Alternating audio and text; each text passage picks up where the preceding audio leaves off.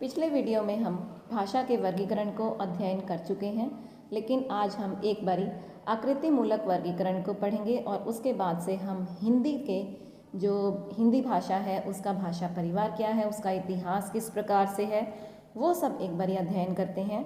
तो आइए, मैंने जो नोट किया हुआ है उसके आधार पर हम अध्ययन करते हैं। आशा करती हूँ आपको तैयारी में सहायता मिल रही होगी। हमारी अभी शुरू की ही ये वीडियो हैं जो कि नेट के लिए और सभी प्रतियोगिता परीक्षाओं के लिए लाभदायक हो सकती हैं। जो किसी प्रतियोगिता परीक्षा की तैयारी नहीं भी कर रहे हैं और हिंदी भाषा के विषय में जानना चाहते हैं, वो इस वीडियो में साथ रहें। और अगर आप तैयारी नहीं कर रहे हैं और थोड़ा कठिन को भी नहीं पढ़ना चाहते हैं, सरल की ओर जाना चाहते हैं, तो वो वीडियो यहीं पे बंद करके जा सकते हैं। आइए हम आगे का पढ़ते हैं। जो मैंने नोट किया हुआ है उसके आधार पर ही हम पढ़ेंगे। ये देखिए, ये है आकृतिक मूलक वर्गीकरण। हमने पिछले वीडियो में पढ़ा था कि दो प्रकार के वर्गीकरण है, आकृति मूलक और पारिवारिक वर्गीकरण। तो आकृति मूलक वर्गीकरण जो है भाषा का, उसमें दो भाग हैं, अयोगात्मक और योगात्मक। अयोगात्मक की जो भाषाएं हैं वो हैं तिब्बती, चीनी, बर्मी, सुदामी। अयोगात्मक भाषा का जो दूसरा प्रथम वर्ग है वो किस आधार पे है वो आपसे हम बाद में बात करेंगे। पहले हमने इसको ध्यान रखना है कि भाषा के दो वर्गीकरण, अयोगात्मक और योगात्मक। हमने धीरे धीरे इन सब का अध्ययन करके यहाँ तक पहुँचना है, हिंदी तक, क्योंकि मुख्य विषय हमारा यही है, इसी का अध्ययन करना अति आवश्यक है। अयोगात्मक में भाषाएं हैं चीनी, तिब्बती, बर्मी, सुदामी। और जो योगात्मक है उसके तीन भाग किए गए हैं, अश्लिष्ट, श्लिष्ट और प्रश्लिष्ट। देखिए, ये है आकृति मूलक वर्गीकरण। हमने पिछले वीडियो में भी पढ़ा था कि दो प्रकार से वर्गीकरण किया गया है, आकृति मूलक और पारिवारिक वर्गीकरण। आकृति मूलक वर्गीकरण में भाषा को दो भागों में बांटा, अयोगात्मक और योगात्मक। विश्व भाषाओं की बात चल रही है। ये अयोगात्मक जो होता है उसमें चीनी, तिब्बती, बर्मी, सुदामी ये भाषाएं हैं। इसमें प्रकृति और प्रत्यय या अर्थ तत्व और संबंध तत्व का संयोग नहीं होता, ये स्वतंत्र शब्दात्मक भाषा है। कई बार प्रश्न आता है स्वतंत्र शब्दात्मक भाषा इन दोनों में से कौन सी है, तो ऑप्शन में हमने अयोगात्मक को टिक करना है क्योंकि ये सही है। दूसरा है योगात्मक, जिसके तीन भेद किए गए हैं, अश्लिष्ट, श्लिष्ट और प्रश्लिष्ट। अश्लिष्ट के आगे चार भेद हैं, पूर्व योगात्मक जिसमें काफिर और जुलू भाषा है, मध्य योगात्मक जिसमें संथाली भाषा है, अंत योगात्मक जिसमें कन्नड़ भाषा और पूर्वांत योगात्मक यानी कि मफोर भाषा। तो पूर्व योगात्मक जो है उसमें क्या होता है, प्रत्यय प्रकृति के पूर्व लगता है, मध्य योगात्मक में प्रत्यय प्रकृति के मध्य में लगता है, अंत योगात्मक में प्रत्यय प्रकृति के अंत में लगता है। और इसी प्रकार से नाम के आधार पर ही पूर्वांत योगात्मक में प्रत्यय प्रकृति के पूर्व में और अंत में, पूर्व जमा अंत, दीर्घ संधि हो गई, पूर्व जमा अंत, तो पूर्वांत योगात्मक प्रारंभ में, पूर्व में और अंत में दोनों जगह लगेगा, तो पूर्वांत योगात्मक। ये भाषा कौन सी है, पूर्वांत योगात्मक, मफोल। इसमें अधिक ध्यान देने की आवश्यकता नहीं है, आप संथाली को ध्यान रख लीजिए जो कि मध्य योगात्मक भाषा है, अश्लिष्ट में है और योगात्मक है। दूसरा आता है श्लिष्ट। ये है अंतर्मुखी, जिसके दो भेद हैं, संयोगात्मक और वियोगात्मक। अंतर्मुखी भाषा कौन सी होती है, इसमें प्रकृति और प्रत्यय बीच में घुले मिले रहते हैं, प्रकृति और प्रत्यय घुले मिले रहते हैं, उसे श्लिष्ट भाषा कहेंगे, घनिष्ठता से मिले हुए होते हैं। अंतर्मुखी में संयोगात्मक जिसमें अरबी भाषा, फिर वियोगात्मक जिसमें हिब्रू भाषा, बहिर्मुखी, ये ध्यान देने की चीज़ है, बहिर्मुखी में संयोगात्मक और वियोगात्मक दो भेद किए गए हैं। श्लिष्ट योगात्मक भाषा के दो भेद, योगात्मक और अयोगात्मक। योगात्मक के तीन, अश्लिष्ट, श्लिष्ट और प्रश्लिष्ट। उसमें से श्लिष्ट में अंतर्मुखी और बहिर्मुखी, और इन दोनों के संयोगात्मक और वियोगात्मक। संयोगात्मक में संस्कृत भाषा है, इसका मतलब क्या हुआ कि प्रत्यय प्रकृति के साथ जुड़ा होता है, और वियोगात्मक हिंदी को बताया गया ना वियोगात्मक भाषा है, तो प्रत्यय प्रकृति से जुड़ा हुआ नहीं होता, उससे अलग होता है। इसमें हिंदी, अंग्रेजी और बांग्ला भाषा है।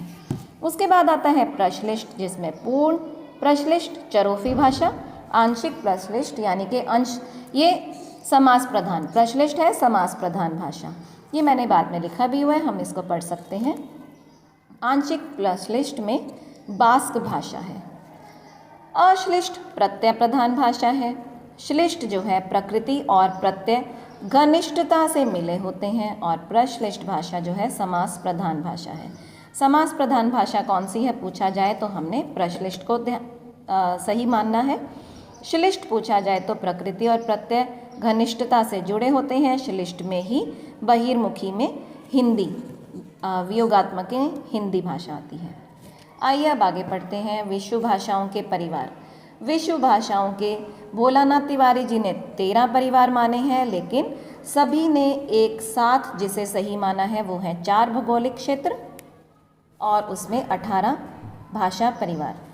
4 भौगोलिक क्षेत्र हैं यूरेशिया यानी कि यूरोप और एशिया भूखंड, अफ्रीका, अमेरिका और प्रशांत महासागरीय भूखंड।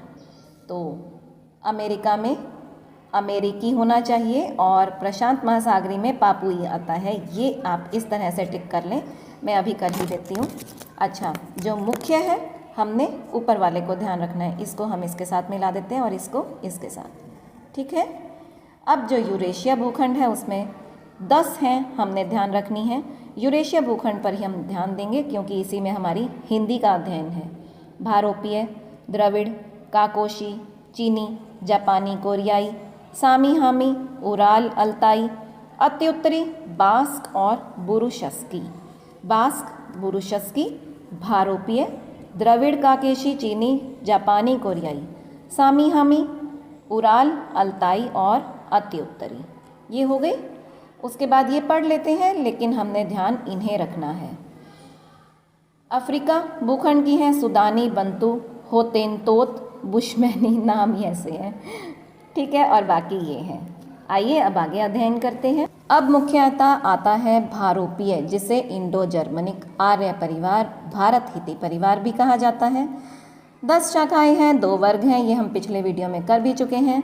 सतम या शतम वर्ग और केतुम वर्ग। सतम वर्ग में 4 हैं, केतुम में 6 हैं। सतम में भारत ईरानी आर्य, इसी का अध्ययन हमने करना है, तो ये भारत ईरानी आर्य भाषा जो है वो सतम वर्ग में आती है। बाल्टोस्लाविक, आर्मेनी, अल्बानी, इलीरियन भी कहते हैं इसे। केतुम वर्ग में जर्मनिक, केल्टिक, हिटाइट, इटालिक, तोखरी और ग्रीक, ये 6 आती हैं। मुख्य ध्यान भारत ईरानी पर जाएगा। भारत ईरानी के 3 उपवर्ग हैं, ईरानी, दरद और भारतीय आर्य भाषाएं। यहाँ तक अध्ययन करना है हमने। ईरानी में अवेस्ता जो है वो धर्म ग्रंथ है, और अवेस्ता का मतलब होता है शास्त्र। कुछ समझ नहीं आए तो रिपीट करके आप पीछे वीडियो करके देख सकते हैं।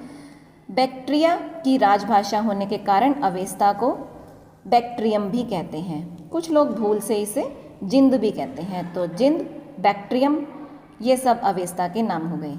ईरानी भाषा का राष्ट्रीय महाकाव्य है शाहनामा, जो कि फिरदौसी ने लिखा। सभी मुख्य तथ्यों को ही हम अध्ययन कर रहे हैं। इन तथ्यों के अध्ययन से ही हम हिंदी तक पहुंच पाएंगे। इन नाम को याद कर लीजिए, पेपर में आपके सभी टिक हो जाएंगे। याद रखिए, पेपर में अधिक सरल नहीं आता, इसलिए मैं सरल की ओर जा ही नहीं रही हूँ। दूसरा है दरद, दरद का मतलब होता है पर्वत। इसे पैशाची प्राकृत भी कहते हैं। दरद का मुख्य क्षेत्र जो है वो पामीर, पश्चिमोत्तर पंजाब है। पामीर, पश्चिमोत्तर पंजाब। और दरद की मुख्य भाषाएं हैं कश्मीरी, काफिर, कोहिस्तानी, शीना, चित्राली। इनमें से आप 2 याद कर लीजिए तो भी काम चल जाएगा, क्योंकि इसमें से अधिक प्रश्न नहीं आते हैं। ये सिर्फ एक पृष्ठभूमि है हिंदी भाषा तक पहुंचने की। तो आप इसको अधिक बहुत ध्यान से अध्ययन करें तो भी अच्छी बात है, न करें तो भी काम चल सकता है। तीसरा आता है भारतीय आर्य भाषाएं। इसे बहुत अच्छे से आपने अध्ययन करना है। इसमें 3 हैं, प्राचीन भारतीय आर्य भाषाएं, मध्य भारतीय आर्य भाषाएं और आधुनिक भारतीय आर्य भाषाएं। वैदिक संस्कृत, लौकिक संस्कृत, पाली, प्राकृत, अपभ्रंश और आधुनिक भाषाएं, या हिंदी कह सकते हैं। वैदिक संस्कृत में कहीं तो 1500 ईस्वी पूर्व लिखा होता है, कहीं 2000 ईस्वी पूर्व से 800 ईस्वी पूर्व तक वैदिक संस्कृत है, जिसमें ब्राह्मण ग्रंथ, शतपथ और वेद आते हैं।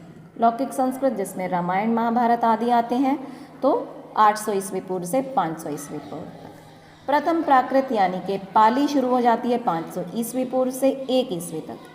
प्राकृत यानी कि द्वितीय प्राकृत शुरू हो जाती है 1 ईस्वी से 500 ईस्वी तक। और अपभ्रंश अर्थात तृतीय प्राकृत शुरू होती है 500 ईस्वी से 1000 ईस्वी तक। अपभ्रंश का समय है ये। फिर आता है हिंदी 1000 ईस्वी से अब तक चल रही है। तो ये था आज का मुख्य अध्ययन, जिसमें हमने हिंदी भाषा तक पहुंचने का प्रयास किया है, पृष्ठभूमि को पढ़ा है। आशा करती हूँ आपको समझ आया होगा। अगर नहीं आया तो कमेंट कर कीजिए, मैं थोड़ा सरल तरीके से पढ़ाने का प्रयास करूँगी। आज के लिए इतना ही, धन्यवाद।